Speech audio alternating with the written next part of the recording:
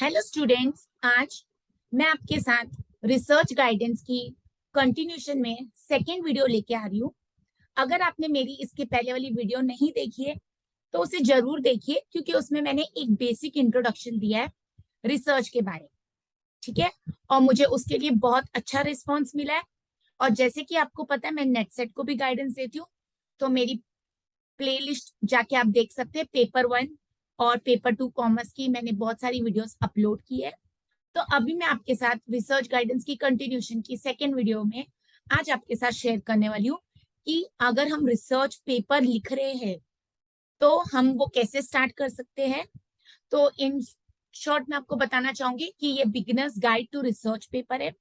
तो इस सेशन की मेरी टारगेट ऑडियंस रिसर्च स्कॉलर्स जो पीएचडी के लिए रजिस्टर्ड है या होने वाले हैं, या पीएचडी स्टूडेंट्स जिसको हम कहते हैं, एकेडमिशियंस, टीचर्स, क्योंकि आप सबको पता है हमें जब टीचिंग में आ जाते हैं तो रिसर्च एक हमारा इंपॉर्टेंट एस्पेक्ट बन जाता है करियर के लिए। रिसर्च स्टूडेंट्स, जैसे कि आप अभी अंडर ग्रेजुएट लेवल में है, मैंने एक टर्मिनोलॉजी बोली है रिसर्च लेवल्स, क्योंकि जरूरी नहीं है आप टीचिंग से हो या स्टूडेंट हो तो ही आप रिसर्च करें। जैसे मैंने आपको पिछले वीडियो में बताया था, कुछ लाइफ चैलेंजेस है। जैसे मैंने आपको बताया, जंक फूड से ओबेसिटी होती है, या आजकल हम सब लोग अपनी मोबाइल की दुनिया में कैद है। तो ये सब जनरल है जो हम कर सकते हैं डिस्कशन, या इसके ऊपर रिसर्च कर सकते हैं। रिसर्चर्स डेफिनेटली, ये तो हम जो रिसर्चर्स रहते हैं उनका तो मेन काम यही है।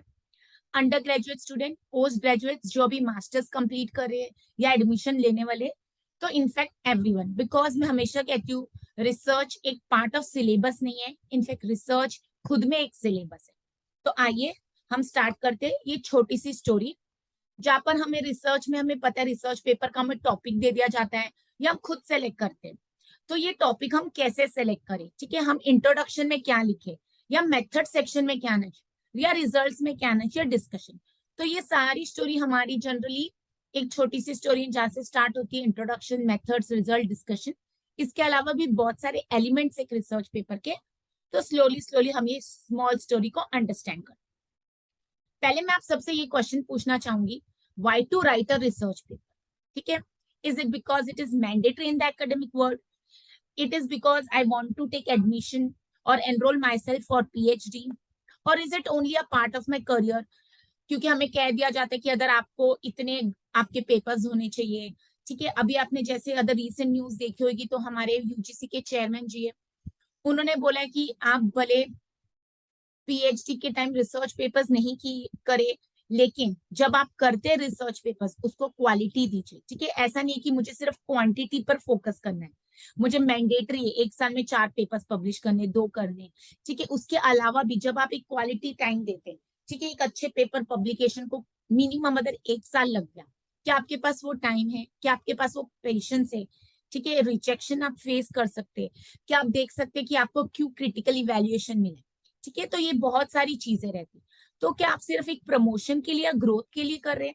ठीक है, कि आपको बताया गया करियर एडवांसमेंट स्कीम में आपके पॉइंट्स बढ़ जाएंगे या आगे जाके आप एक अच्छी पोस्ट पर आ सकते हैं। ठीक है, मैं बोलती हूँ अगर ये सब तो हमें करना ही है, वी ऑल, ठीक है, आप और मैं इसको डिनाई नहीं कर सकते, बट यस, मुझे आई लव टू राइट, ठीक है, आई वॉन्ट टू राइट, और एकेडमिक विजिबिलिटी भी डेफिनेटली मिलती है। तो आपको चूज करना है आप क्यों रिसर्च करना चाहते हैं। ठीक है, और रिसर्च एक जॉय है। अब मैं आपको हमेशा बोलती हूँ, एक टाइम पर रिसर्च मुझे भी समझती नहीं थी, बट जब आप इसमें अपने आप को खुद को इन्वॉल्व करते, ठीक है, रीडिंग स्टार्ट करते, राइटिंग स्टार्ट करते, ठीक है, आप अच्छे अच्छे पब्लिकेशंस पढ़ते, या आप ऐसी कोई प्रॉब्लम ढूंढते जिसमें आपको बहुत पैशनेट है, तो trust me, the process only teaches you how to do research. ये कोई ऐसी चीज नहीं है कि मैंने आपको बता दिया ये कर लीजिए तो आपका हो जाएगा। ठीक है, तो सिर्फ आप प्रमोशन, ग्रोथ या एक डिग्री के लिए मत कीजिए। I always say to my students, be proud of your work. ठीक है, 1 साल दीजिए, 2 साल दीजिए, but your work should be very good. Okay, अब ये वेरी गुड वर्क के लिए पहुंचने के लिए क्या कोई स्टैंडर्ड है? डेफिनेटली वो रहेगा, बट एट प्रेजेंट जब हम स्टार्ट करने वाले हैं तो हमारे मन में बहुत सारी डाउट्स रहते हैं। ठीक है, तो आज उसी सेशन से उसी क्वेश्चंस को लेके मैंने स्टार्ट किया है एक, कि रिसर्च पेपर करने से पहले मुझे क्या सोचना चाहिए। ठीक है, या मैं कैसे start. So before even thinking or planning for a research paper, let's see, step 1 is topic. ठीक है, अब कैसे टॉपिक मिलता है? अगर आपने कोई प्रॉब्लम आइडेंटिफाई की है, ठीक है, तो ये कहाँ से प्रॉब्लम आइडेंटिफाई करें? And as you all know, research always starts with the problem. आप कोई ऐसी चीज प्रूव करना ही नहीं चाहिए या करना नहीं चाहते कि जो ऑलरेडी प्रूव हो चुकी है, ठीक है। बहुत सारी चीजें आजकल रिसर्च में हो रही है। अब आजकल इंटरडिसिप्लिनरी, मल्टीडिसिप्लिनरी रिसर्च हो रही है। अगर मैंने उसको कॉमर्स के एंगल से पढ़ा है, आप उसको इकोनॉमिक के एंगल से पढ़ सकते हैं, ठीक है। अगर मैं उसको इंजीनियरिंग के फील्ड में स्टडी करी तो मैं क्या उसको अपने कॉमर्स के एंगल से पढ़ सकती हूँ। तो ये बहुत सारी चीजें रहती है जिससे हम अपने रिसर्च में क्रिएटिविटी ला सकते हैं, ठीक है। अभी जैसे कोई ब्रोशर है आपके पास, आप बहुत सारे टीचिंग के ग्रुप्स पर रहेंगे या आपके टीचर्स, आपको कोई तो गाइडेंस देता है, कहाँ से आपको पता लगता है रिसर्च? तो आपको बहुत सारे कॉन्फ्रेंसेस के ब्रोशर्स आएंगे, ठीक है। वहां पर लिखा होगा आपकी पेपर पब्लिश, तो उसकी थीम्स को पढ़िए। ओके, अभी कभी कभी थीम्स होगी डिजिटल बैंकिंग, आर्टिफिशियल इंटेलिजेंस, या मैं बोलूँ कॉमर्स के अंदर हमारे पास सेटिस्फेक्शन तो एक हमारा मेन ही कॉन्सेप्ट है, क्योंकि पूरी मार्केटिंग रिसर्च में कहूंगी कस्टमर सेटिस्फेक्शन लॉयल्टी पर बेस्ड, ठीक है। तो आप वो टॉपिक्स उठाइए, वो थीम्स उठाइए, अंडरस्टैंड कि आप उस पर क्या स्टडी कर सकते हैं। अब आप देखते हैं कोई वेबसाइट ऑन करते हैं, आप वेबसाइट पर जाते हैं, तो क्या होता है, आपको एक तुरंत आर्टिफिशियल इंटेलिजेंस का चैटबॉट आ जाता है, ठीक है। तो क्या इसके ऊपर मैं स्टडी कर सकती हूँ, ठीक है, इसको मैं अपने टॉपिक से जोड़ सकती हूँ। तो ये क्या होता है, keep your ears and eyes open. तो let's see how we can frame a topic, और इसको बाद में मैं डिस्कस करूंगी डिटेल में, बट हम पहले टॉपिक को कहाँ से ढूंढे। So first of I always से it should be of your interest, ठीक है, एरिया ऑफ इंटरेस्ट।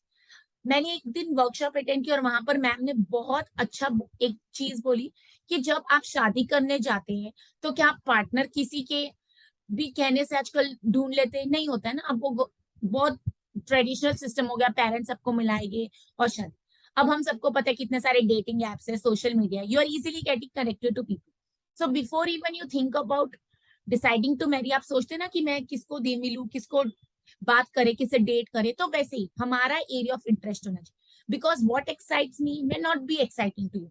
अब जैसे मुझे न्यूज़पेपर पढ़ने की आदत है, तो मे बी मैं बोलूंगी physical form of newspaper is much better than the E paper, ठीक है। तो यहाँ पर क्या मेरी रिसर्च बन सकती है? तो देखिए कैसे हम एरिया ऑफ इंटरेस्ट ढूंढ सकते हैं। आप स्पोर्ट्स को फॉलो करते हैं, तो आप क्या कॉमर्स के स्टूडेंट है, क्या आप स्पोर्ट्स में कोई टॉपिक प्रपोज कर सकते हैं? ठीक है, आप फिजिकल एजुकेटर है, तो क्या आप उसमें कमर्शियल एंगल बता सकते हैं? तो ये सब क्या होता है, एरिया ऑफ इंटरेस्ट, ठीक है। क्योंकि जितना आपका एरिया ऑफ इंटरेस्ट रहेगा उतना प्यार आपको टॉपिक से रहेगा। Because trust me, your PhD topic, okay, it is will be with you for minimum of 3 years। Maximum आप कितनी मेहनत करते हो उसको आपको पता है, 3 4 साल 5 साल, ओके। बट वो 3 साल में हम उस टॉपिक के साथ बोरिंग जैसा, मुझे समझ नहीं आ रहा है क्या करना है, ऐसा नहीं होना चाहिए, okay. So it is like a marrying with your topic, ठीक है। तो वो मोनोटोनस मत बनाइए, आपका पैशनेट टॉपिक है। अब पैशन अगर आपका म्यूजिक है, तो क्या म्यूजिक को पढ़ाई में ला सकते हैं? तो वो आपको सोचना है, ठीक है। अदरवाइज आई ऑलवेज रिक्वेस्ट, जब आप करियर प्लानिंग पर हो, जब आप इनिशियल लेवल पर हो, आप रिसर्च ऐसा टॉपिक ढूंढिए जो आपके डोमेन में हो, ठीक है। क्योंकि ये आपको अपने करियर बिल्ड में करें। और मैं हमेशा कहती हूँ कि हमारी एक्चुअल रिसर्च हमारे पीएचडी के बाद स्टार्ट होती है। क्यों? क्योंकि तब हमारे पास कोई बाउंडेशन नहीं होती कि मुझे इतने टाइम में करना है, मुझे ये सारे क्वेश्चंस को आंसर करना है, ओके। सो अभी आप ऐसा टॉपिक सेलेक्ट कीजिए जो आपके डोमेन में आता है, क्योंकि वो आपको आगे जाके आपके करियर में भी हेल्प करेगा। आप अकाउंटिंग के स्टूडेंट है तो कोशिश कीजिए अकाउंटिंग रिलेटेड टॉपिक। आप कॉमर्स के स्टूडेंट है तो कोशिश कीजिए कॉमर्स का टॉपिक सेलेक्ट कीजिए, ठीक है। तो पैशनेट होना चाहिए, क्योंकि 3 साल किसी टॉपिक के साथ रहना बहुत डिफिकल्ट है, and it should be your subject. This is my suggestion, ठीक है। और याद रखिए पीएचडी या रिसर्च हमेशा जिसके अंडर आप कर रहे हैं आपको उनका जरूर सुनना है, क्योंकि they are the only person who is interested in your PhD other than you. आप अपनी थीसिस खुद पढ़ेंगे और आपके गाइड पढ़े, तो रिसर्च सुपरवाइजर और आपको डिसाइड करना है कि आप कौन सी चीज के लिए वर्क करें। अगर आप अदर देन पीएचडी को रिसर्च टॉपिक कर रहे हैं then it is a different aspect, but yes, अगर आपको पीएचडी के लिए टॉपिक प्रपोज करना है या रिसर्च पेपर के लिए जो आप स्पेशली ड्यूरिंग पीएचडी करें, तो देखिए आपके सब्जेक्ट स्पेसिफिक, ठीक है। Research starts with a problem, how to identify that a problem. अपनी ईयर्स आइज ओपन रखिए। अब जैसे हम बोलते हैं ना लाइफ में बी पॉजिटिव, बट यहाँ पर आपको क्या करना है, बहुत सारी चीजों में से प्रॉब्लम ढूंढनी है, ठीक है। प्रॉब्लम कैसे ढूंढेंगे, गैप्स कहाँ से ढूंढेंगे, तो वो भी मैं आपको नेक्स्ट वीडियो में बताऊंगी। बट आप कभी भी कोई रिसर्च पेपर अगर आपने देखा है, उसको स्टडी किया है, तो ये याद रखिए कि रिसर्च पेपर की, हर रिसर्च की कोई लिमिटेशंस होती है, एब्स्ट्रैक्ट आप जब पढ़ते हैं वहां पर लिखा होता है, कभी कभी उसमें लिखा होता है implications for future study, further scope of work, तो वहां से आपको मिले। अब जैसे मैं बताऊं, I am very much interested in the area of public transport, तो अभी वहां पर सस्टेनेबल ट्रांसपोर्ट का कॉन्सेप्ट आ चुका है। ठीक है, तो what is sustainability, you can start working on that. ठीक है, तो देखिए गैप्स कहाँ है। Okay, so you identify the problem. Workable, topic should be workable. मुझे ऐसा लगता है मैं म्यूजिक पर काम कर सकती हूँ, but is it feasible for me. ठीक है, प्रैक्टिकल होना चाहिए, आपको वो 3 साल में खत्म करना, रिसर्च पेपर भी लिखना है, मैक्स अच्छी पब्लिकेशन के लिए 1 साल, उसमें आप कवर कर पाएंगे क्या? तो ऐसा कोई भी टॉपिक मत लिखिए जिसमें आप काम नहीं कर सकते। ठीक है, वर्केबल, ऑब्जेक्टिव्स अचीवेबल होने चाहिए, फीजिबल, प्रैक्टिकल। ठीक है, मैं यहाँ बैठे बैठे मैं कर रही हूँ गुजरात का काम, क्या मेरे लिए पॉसिबल है गुजरात जाना? अगर है पॉसिबल तो वो टॉपिक सेलेक्ट कीजिए। ठीक है, मैं यहाँ बैठे बैठे फॉरेन की स्टडी, रिस्पॉन्डेंट्स, क्या मुझे डेटा मिल जाएगा? क्या मेरे फॉरेन लोगों से कॉन्टेक्ट है?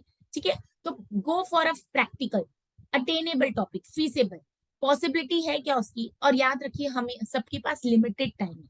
ओके, ग्रेजुएशन 3 साल में अच्छी लगती है, या मैं बोलूं अभी वो 4 साल की कर रहे हैं, बट ग्रेजुएशन किसी को बोलो हमने 10 साल में की है तो उसकी कोई वर्थ नहीं रही। It is not only suitable for a research paper. अगर आप पीएचडी का टॉपिक प्रपोज कर रहे हैं तो ऐसा नहीं होना चाहिए कि वो कोई कहे अरे ये तुम क्या कर रहे हो पीएचडी के लिए, ये तो हम एक रिसर्च पेपर में भी कर सकते।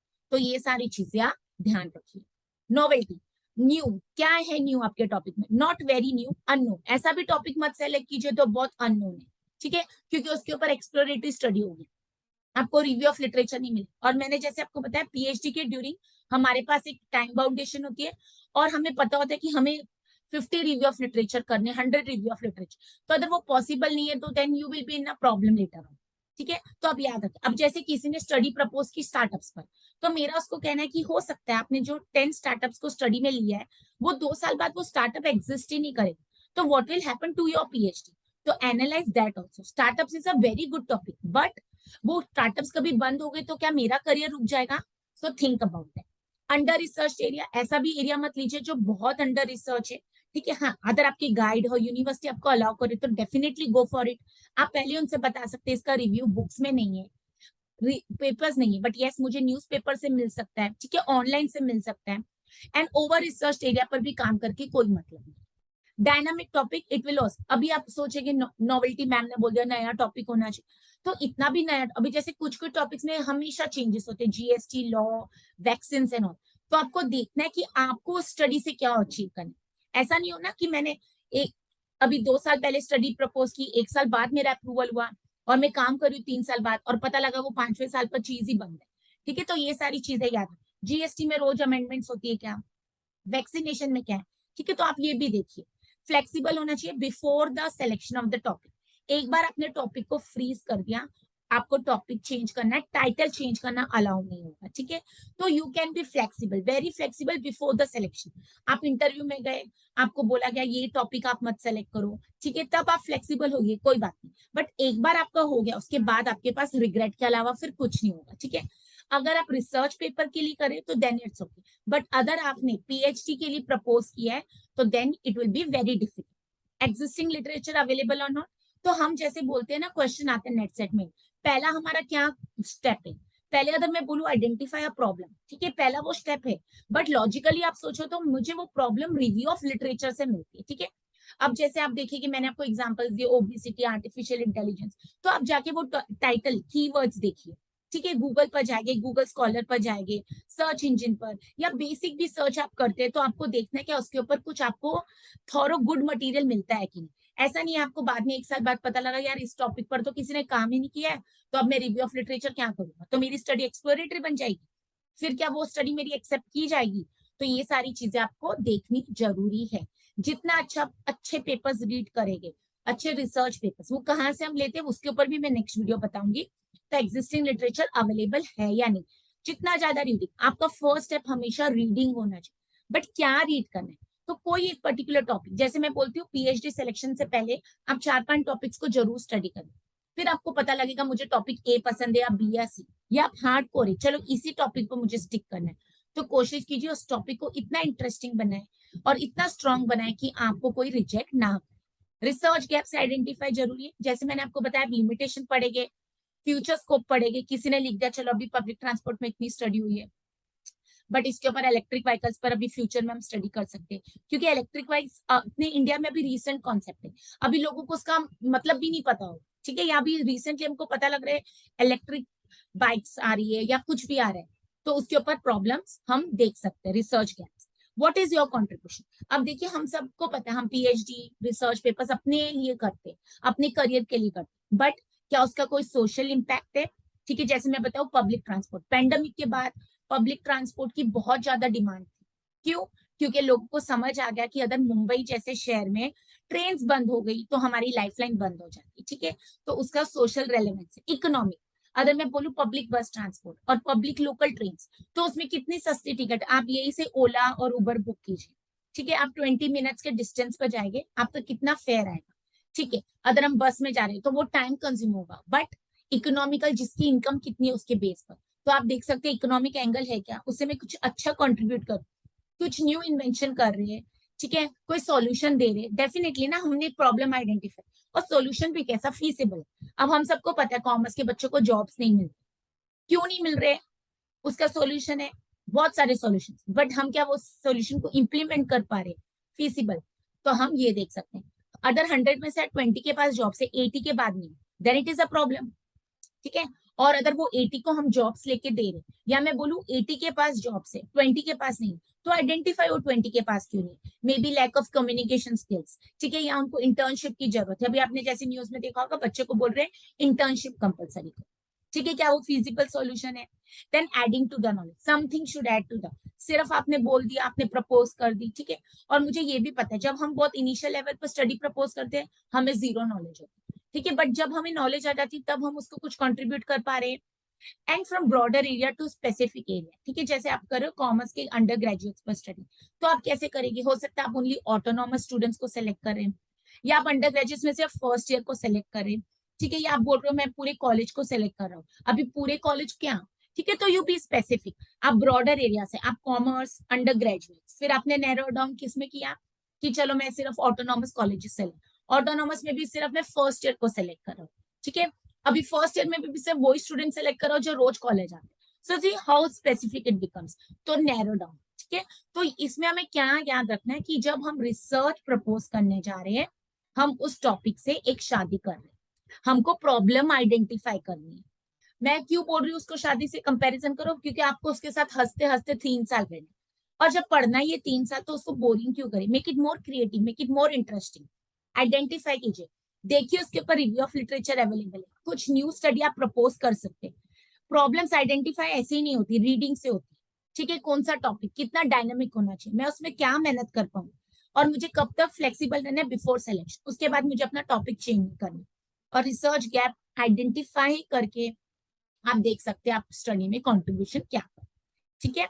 तो ये रिसर्च गैप के टाइप्स है जो मैं नेक्स्ट वीडियो में डिस्कस करूंगी। बहुत सारे टाइप्स के गैप होते हैं, या आप गूगल पर भी सर्च सकते हैं, मैंने भी उसका रेफरेंस दिया जहां से लिया मैंने, तो इसको हम कभी नेक्स्ट वीडियो में डिस्कस करेंगे।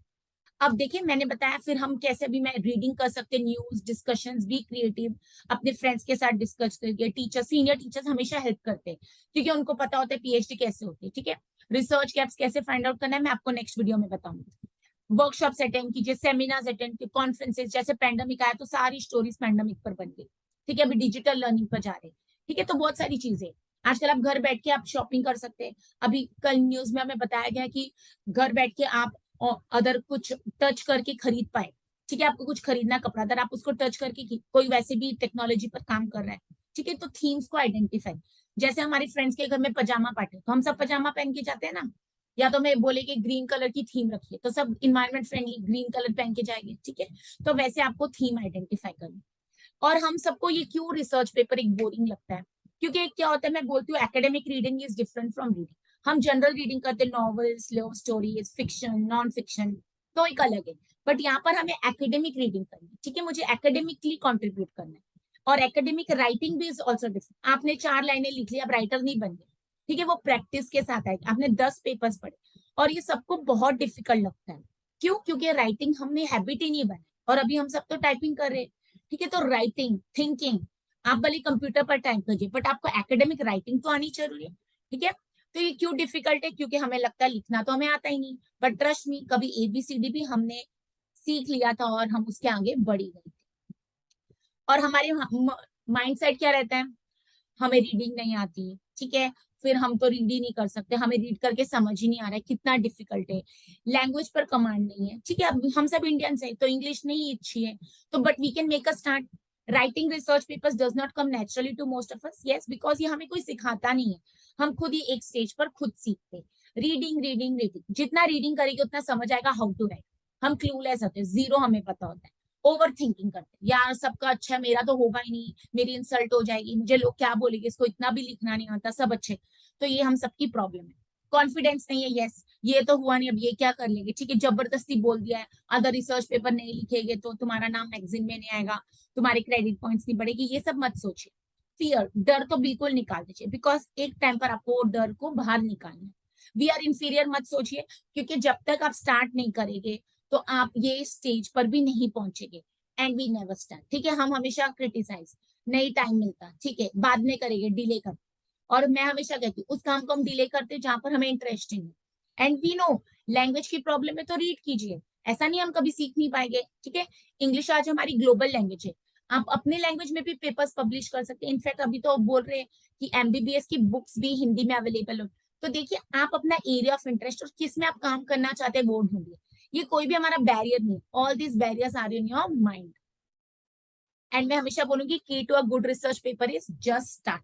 कैसे भी आप स्टार्ट करें, जीरो लेवल, बट यही याद रखिए कि आप कभी भी स्टार्ट करते हो उसको सिर्फ कॉपी पेस्ट मत कीजिए, बिकॉज वो आपके फ्यूचर को आगे जाके खराब कर सकते हैं, ठीक है। आजकल बहुत सारे प्लेजरिज्म सॉफ्टवेयर है, at least take efforts to read and rephrase, ठीक है, थोड़ी टाइम बाद आपकी सोच भी बदल जाएगी और आपको लिखने का स्टाइल भी बदल।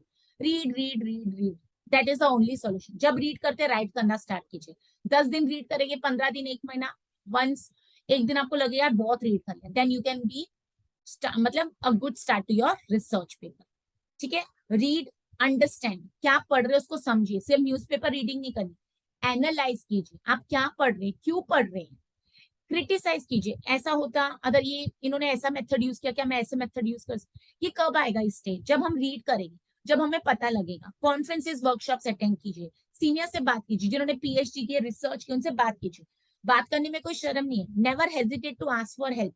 अगर आपको लगता है 90 लोग हेल्प नहीं करेंगे बट 10 जरूर करेंगे। प्रैक्टिस राइटिंग, आइडिया आया उसको लिख दीजिए, डायरी रखिए हमेशा अपने साथ, स्टार्ट कीजिए, फाइनली एक दिन स्टार्ट करना है। And daily read and daily write, 10 बार सोचिए, उसको लिखिए, कोई बात नहीं उसको 15 बार चेंज करेगी, because this is only how we all start, ठीक है। तो यही एक बेसिक गुड रिसर्च पेपर को स्टार्ट, अभी तो मैं गुड भी नहीं बोलूंगी, सिर्फ research paper start. So read, understand, analyse, criticise, practice writing, start, daily read and daily write. What is research paper, ये हम नेक्स्ट वीडियोस में डिस्कस कर सकते हैं, ये तो मुझे आपको ब्रीफ देना था, ठीक है। तो ये एक रिसर्च पेपर के और हम क्यों स्टार्ट कर रहे हैं, ओके। तो मैं रियली प्रे करूंगी और चाहूंगी कि आप लोग स्टार्ट कीजिए, और जब भी आप कोई रिसर्च पेपर देख रहे हैं तो आप देख लीजिए कौन सी जर्नल में आप पब्लिश कर रहे हैं, आपकी कॉमर्स की गाइडलाइंस या आपकी साइंस की गाइडलाइंस क्या बोल रही है, क्योंकि दोनों डोमेन अलग है। It completely depends upon your college, university, institution. आपके रिसर्च सेंटर ने कुछ और बोला है, यूनिवर्सिटी गाइडलाइंस अलग है, तो वो डिपेंड्स। आप पंजाब यूनिवर्सिटी से कर रहे हो तो गाइडलाइंस अलग हो सकती है, मुंबई यूनिवर्सिटी की गाइडलाइंस अलग हो सकती है, and everything depends on the journal. ये क्वेश्चन हमेशा याद रखिए, आपकी गाइडलाइंस जर्नल्स पर रहेगी, वर्ड काउंट कितना है, स्टाइल कौन सा है, कौन सा रेफरेंसेस का फॉर्मेट है, या रिव्यू ऑफ लिटरेचर कैसे लिखना है, references, each and everything is mention on the. तो ये structure skeleton of research paper भी हम डिस्कस करेंगे, ठीक है, मेरी आने वाली वीडियोस में। ये बेसिकली रहता है abstract, research objective, significance, material methods, limitations, review of की findings, future scope, conclusion. But अब के लिए आपको इतना ही।